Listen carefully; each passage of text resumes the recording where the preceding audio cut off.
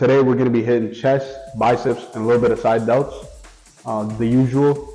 I can't do all my regular movements just because I have a little bit of a pec injury, so it's gonna be slightly different. It's not gonna be anything noticeable because you guys don't know what I do normally. But yeah, let's get on with it. For somebody that has a lot of injuries, I should have picked up on this a while back, but pre-exhaustion is where, this is where pre-exhaustion comes into play. Not when you just copy somebody randomly, right? I want less load on everything, and I want like my joints to be warmed up, especially with all these injuries that I have. So, warm them up if you have injuries. I'm telling you, it's gonna make a big difference. Learn from Sam Sulik. Shout out to Sam Sulik. I love his videos.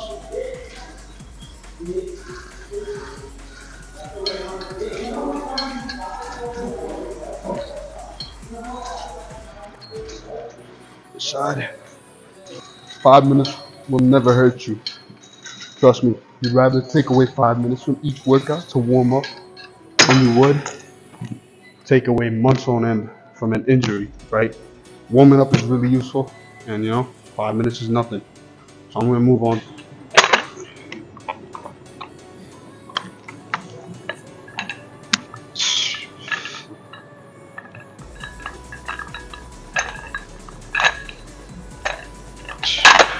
Warming up with the 110s. We'll see how it goes. My pec feels fine, then I'll go heavier. If it doesn't, then I won't go heavier. It's as simple as that, right? Go for the feel. That's why I kind of stopped progressive log booking. Not because it's like necessarily bad, right? It's just sometimes your shit come up. Like I kind of remember these things, and like the way I was progressing during my cycle, like mid-cycle, I'm still on cycle, right? It's my first cycle I ever finished. But like the way I was progressing at the beginning of my cycle, it wasn't worth it to progress logbook, because I was going up like 20 pounds on every single lift. I went up to 315 for 7 on incline bench. I was doing 4 plates for like 8 on SLDLs, right? And that was like literally just me getting into SLDLs. I was like doing a shit ton of weight on everything, right? The issue was if I started logbooking, right, I would have kind of put myself in that mentality where, because I'm on cycle, I'm like, it's consistent progression. I wouldn't have made those leaps. And I understand that doesn't make sense, but like it's more so my mental. It just depends on the person. Obviously, I'm gonna get back into logbooking once I'm completely in the clear in terms of injuries and getting back into into a bulk. But I'm probably gonna start decreasing volume because I don't need that much to maintain the mass. I'm not supposed to be gaining mass while on a cut, even if I'm on gear, unless I'm running a shit ton of compounds, right? Or certain compounds. So yeah, I'm gonna keep things light, let things recover, keep volume low. Yeah, you don't need much during a cut. Just gotta maintain the muscle.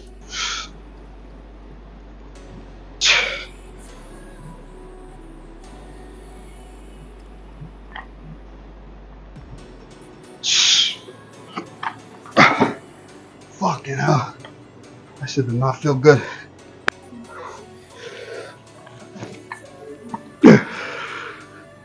Let's stick with the 110s because my chest doesn't feel right.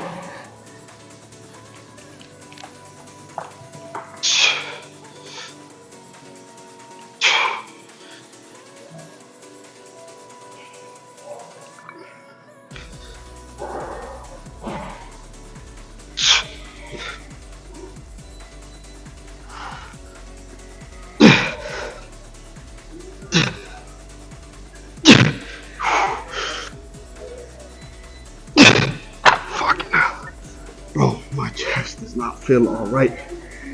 Should drink more water. Goddamn. So look, if you looked at my training, so I couldn't do chest, right? I'm going into shoulders, auto regulation. I'm doing shoulders and biceps, something that I can handle. Don't push yourself if something doesn't feel right. On top of that, just understand that auto regulating anything in life is very important. Don't let somebody else dictate what you need to do. Whether it's in terms of working out, right? You don't need a personal trainer. You don't need a coach to tell you, oh, you feel like something's bad. Don't do it. Like obviously, just don't do it. You don't need a second opinion, unless like it's something really specific. You really don't need a second opinion. adjust based on your own needs. Treat your body like as if it's your own, not somebody else's. And really think about that. Like, it might not make sense, but once you really get into shit, you'll understand. Auto regulation is key. Understanding your body is key. Understanding your mental is key. Don't push yourself if something's going to be detrimental in long term. So I'm not going to keep doing chest if it keeps hurting me, right? I'm going to take some time off. The dumbbell laterals, I cocked my wrist back accidentally. Like, it was just a small tweak that could have made shit go wrong. So I'm not going to keep doing it. I kept going, but I took a slight pause just to reset and kept going. Like, if dumbbell laterals didn't feel right because my wrist might have been like really fucked, and I would have moved on to machine lateral raises, cable lateral raises, right? It's all about auto regulation. You guys got to really remember that and apply that to anything else in life. You don't need somebody else telling you. So good.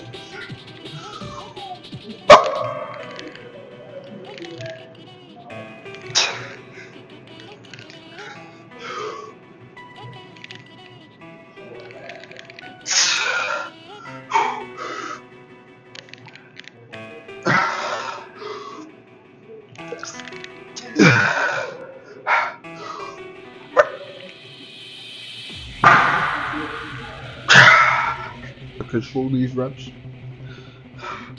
You're gonna stop like midway through. Tension.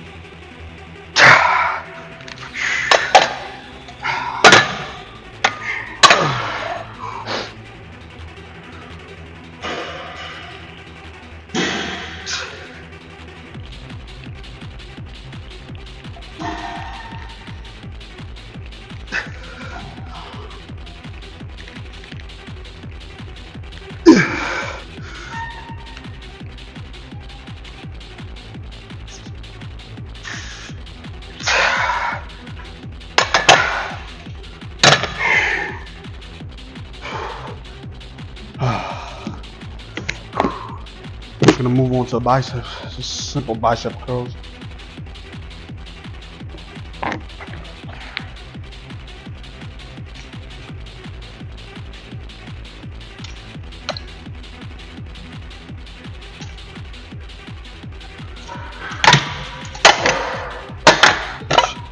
Don't need much warm up for biceps.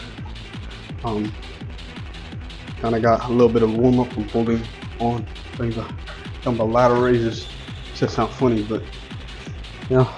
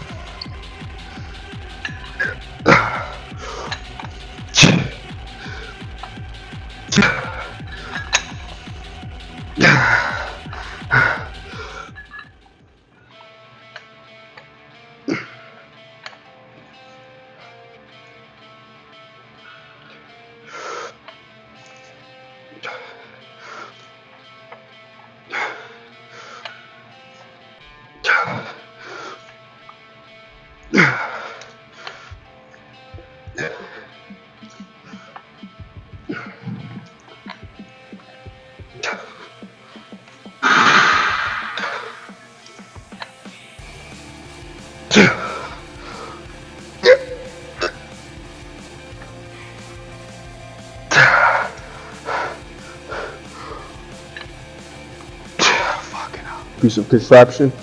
at my gym, so you guys have it. Maybe you want to use it. Kind of takes the arms out of this, takes the wrist out of the equation. So I mean, kind of recommend this if it fits your anatomy right. Basically, just right works your rear delts. If you can fit inside of it and it feels comfortable, do it.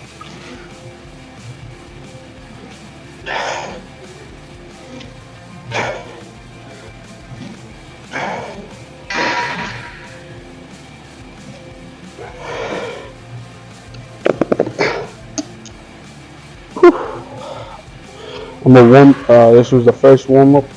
Honestly, I'm not doing any more warm ups because I kind of know the weight on this machine. It's not that much higher. Yeah.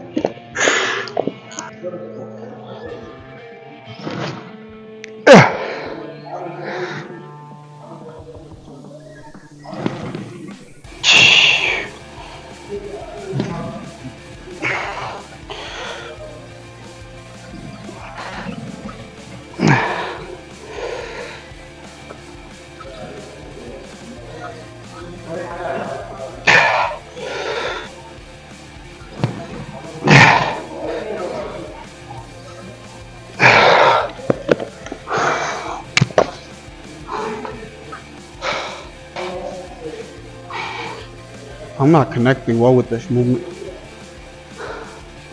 Keep it going. Sometimes it's not all about mind muscle connection. You just gotta put in the work. If you got the right form, here's a quick tip.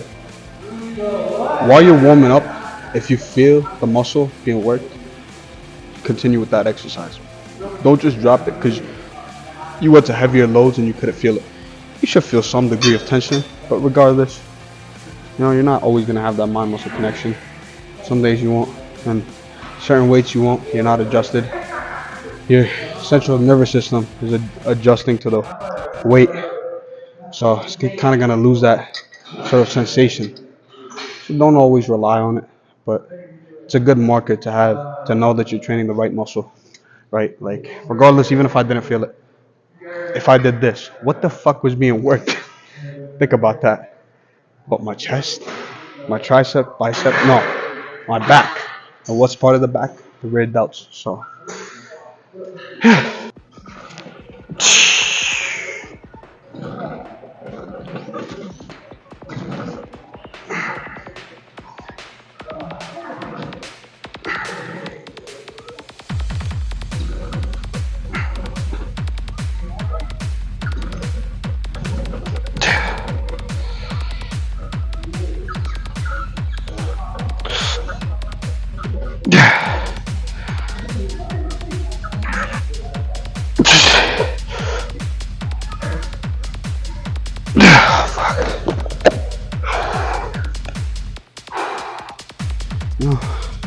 There's different ways of going about with rear delts. One way would be just to pinch your shoulder blades so that your rear delts are working. You're not really contracting your back the entire way through. Or you could have your entire back spread out, so like nothing squeezed around your back, and you just pretty much pull with your shoulders, right? Pull with your rear delts. Either way, you're still gonna get some rear delt work in, right? There's some disadvantages, advantages to either one of them. So like if you're squeezing it all the way back, right, and keeping it that way the entire way through, you're not going to be able to get that full stretch with the rear delts because you can't bring it forward, right, because it's going to be squeezed back. So you're not going to get a full stretch. But at the same time, if you have shoulder issues where your shoulder just pops out of place randomly while doing rear delts, I know some of you guys have that issue. But yeah, keeping your shoulders back the entire way through could definitely help. Otherwise, I just keep your back entirely rounded or like entirely stretched, and then just move the rear delts. So you're not getting any real active work for the back. Just working the rear delts. You're not getting as tired. Yeah.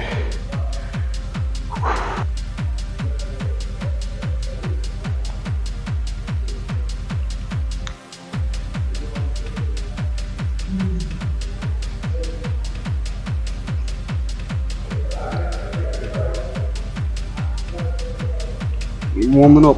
One thing you guys gotta remember for lateral raises is people say you can take out the traps. You can't take out the traps. Every muscle works together, right? Unless you're talking about your quad and back, right? That doesn't make sense. But if it's around the muscle, it's gonna work. The shoulders are around the muscle, around the back muscles, right? They wrap around the scapula, whatever you want to call it, right? So regardless, they originate at similar places. So regardless, they're gonna work together in unison to move a certain part of the body. Otherwise, you'd probably have limited mobility. You'd probably be disabled as shit. Probably, I'm talking about like shit. You ever? Actually, not. I'm probably gonna get guideline violation if I say some shit. But if only your shoulders could move, your traps couldn't move. This is about as high as you could go. Because after this point, your shoulder starts getting involved. So it's fine to have your trap being involved. It's just limit it by bringing your arms out to the side. You want to work your main muscle, the target tissue only. So it's just these little things. They don't really matter that much, nor do they add up like to a significant extent. But if it feels better that way, it's just a suggestion. That's all I'm telling you. If it feels fine, just doing straight out and having a lot more trap involvement, that's completely fine as well. Whatever suits you, you're still gonna grow regardless. Simply a suggestion. You don't have to follow it. Matter of fact, I don't always follow it, right? It's just these little things can help you feel a little bit healthier in terms of joints. At the end of the day, bodybuilding is about longevity, and this video is gonna be boring as shit because I'm tired. I had no carbs except for that orange juice. It's just gonna be lame. Whew.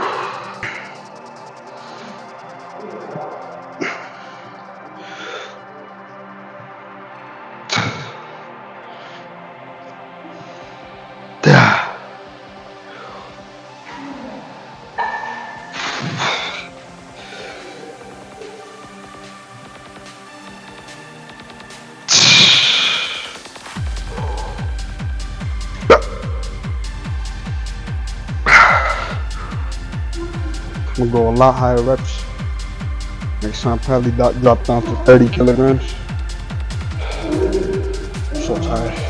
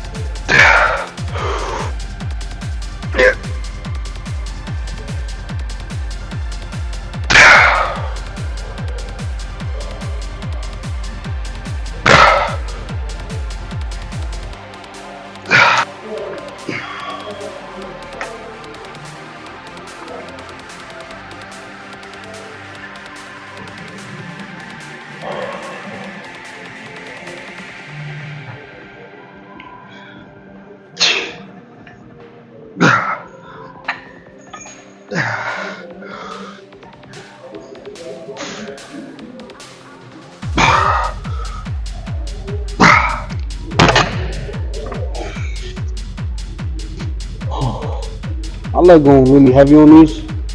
I'm out of breath. So I'm gonna do a shit ton of reps. Honestly, I'm gonna be out of breath before I actually go to failure. And that felt like failure. I couldn't do a full rep. I could be going more intense, to be honest. But I'm out of it today. It is what it is. Do shit, move on. That's all.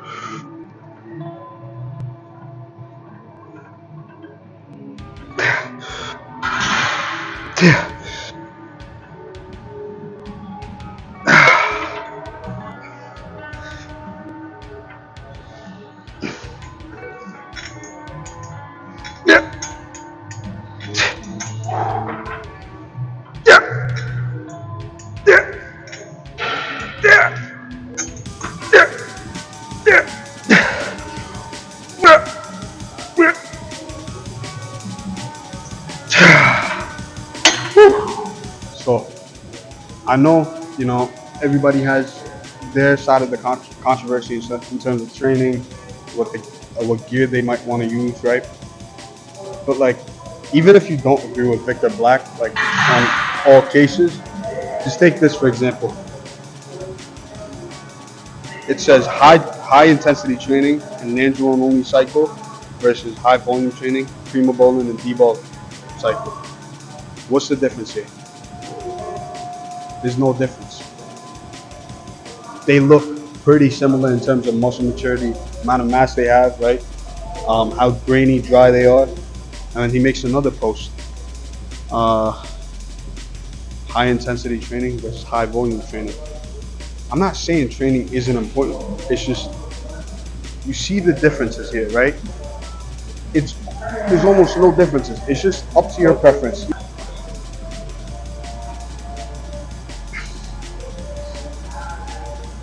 Yeah.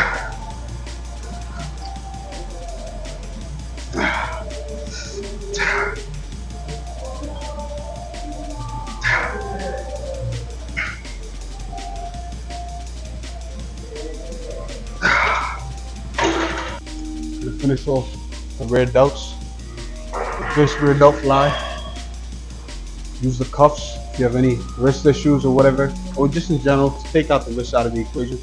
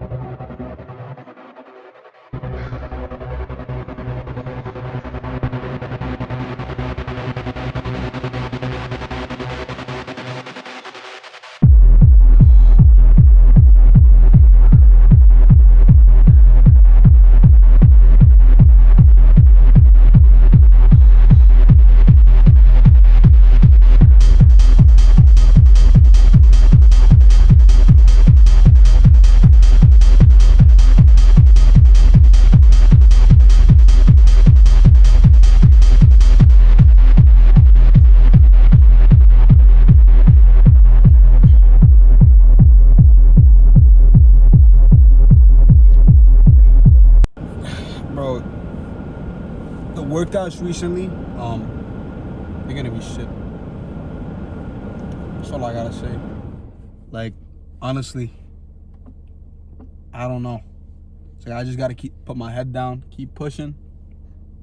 You guys should do the same, especially during a cut. Just gotta work through it. You wanna look good, just gotta push through shit. I'm not at that phase where, I'm bulked up, like just at the perfect middle where I'm still lean and shit like that. I'm at a stage where I'm like really depleted but fat at the same time, like I said last video. It's just, I'm not gonna have the best workouts, especially with these injuries.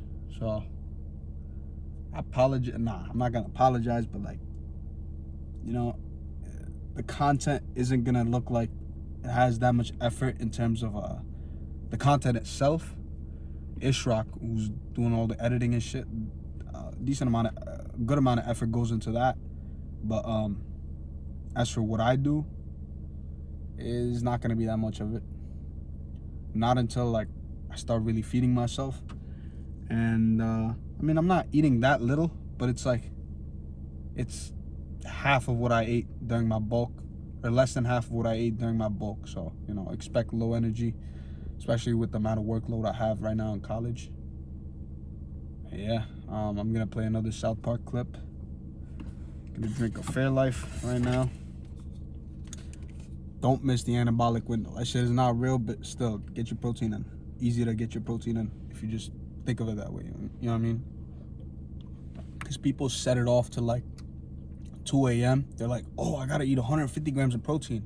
What if before the workout, or like 2 hours before the workout, they had a decent amount of protein? Not directly before the workout, but like a little bit before the workout, like 2 hours.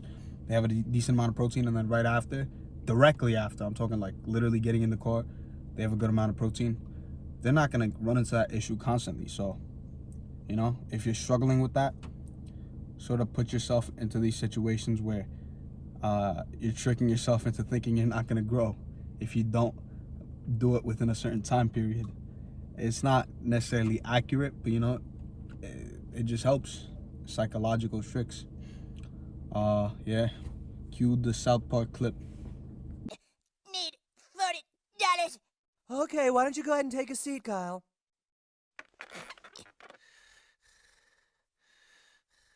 Now let's get on with our lesson about the... Wooden desks all that are available. I usually prefer the plastic ones because these give me splinters. Now, Kyle, I need you to be quiet. In my class, you need to be able to concentrate. Concentration is the key to succeeding in my class. Maybe we'll have to send him to concentration camp. Damn it,